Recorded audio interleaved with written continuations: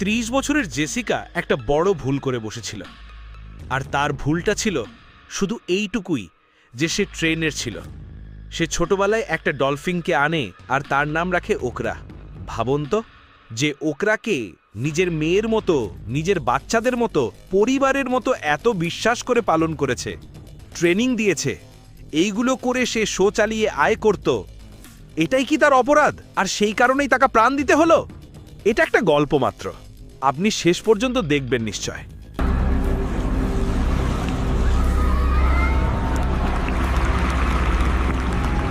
Jessica আর Orca dolphin.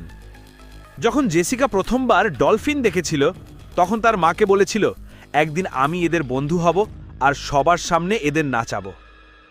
অনেক বছর পরিশ্রম করে তাকে এক বড় মেরিন ড্রাইভ মেরিন পার্কে ডলফিন শো করার সুযোগ মিলল।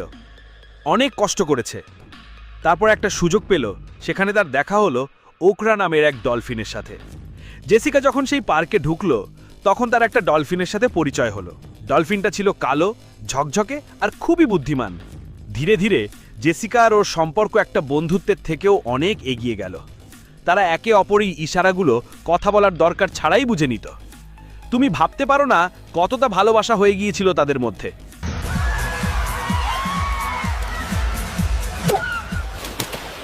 যে তারা কথা ছাড়াই বুঝে ফেলতো একে অপরের ভাব। সেই দিন পার্কটা মানুষের ভিড় ছিল। ছোট থেকে বড় সবাই ক্যামেরা হাতে, সবাই জেসিকার প্রদর্শনী দেখতে এসেছে। পুরোটা দেখে বোঝা যাচ্ছিল কতটা প্রতিভাবান এই তরুণ প্রশিক্ষক। এত ভালো করে সে ডলফিনকে প্রশিক্ষণ দিয়েছে যে মানুষদের ভিড় জমে গিয়েছিল। শো শুরু হলো, সঙ্গীত বাজলো,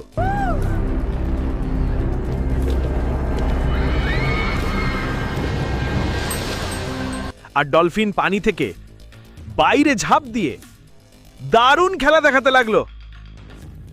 পুরোপুরি নিজের মতো করে দেখাতে লাগলো, অর্থাৎ এক্সারসাইজ করছিল, নিজের কৌশল দেখাচ্ছিল। মানুষ তালি বাজাচ্ছিল, জেসিকা হাসছিল। এটা ছিল জেসিকার জীবনের সবচেয়ে স্পেশাল মুহূর্ত। কিন্তু ঠিক তখন কিছু অদ্ভুত ঘটল। ওকরা বারবার গভীর পানিতে ডুব দিচ্ছিল আর অদ্ভুত আওয়াজ করছিল। জেসিকা ভাবল হয়তো ও একটু চঞ্চল হয়ে গেছে।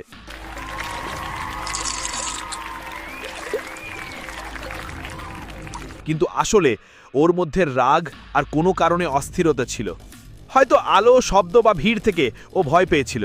জেসিকা পানির কাছে গেল, যেমনটা সে প্রতিদিন যেত, আর ওকরার সঙ্গে হাত দিয়ে ইশারা করল।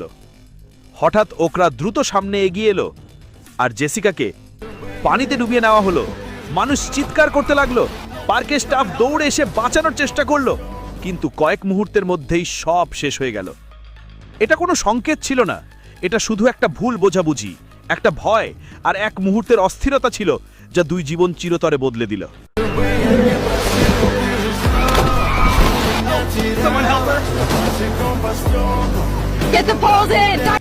শেষমেশ জেসিকার পরিবার আর বন্ধুরা তাকে একটা সাহসী মেয়ে হিসাবে স্মরণ করল, যে তার পুরো জীবনই প্রাণীদের জন্য উৎসর্গ করেছিল।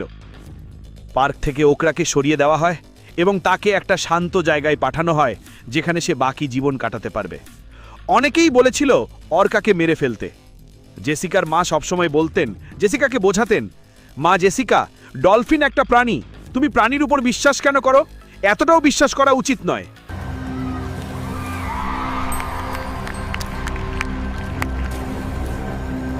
এই পুরো ভিডিও থেকে তোমরা একটা কথা শিখতে পারো। শেষ দিকে ওর মা বলেন, প্রাণীদের সঙ্গে ভালোবাসা আর বোঝাপড়া যত জরুরি, ততটাই জরুরি তাদের স্বাধীনতা আর অনুভূতিগুলো বোঝা। হয়তো জেসিকা আজ আর নেই, কিন্তু তার গল্প আমাদের মনে করিয়ে দেয়, মানুষ হোক বা পশু, কারো প্রতি এতটা বিশ্বাস করা উচিত নয়, একটু সতর্ক থাকাই ভালো।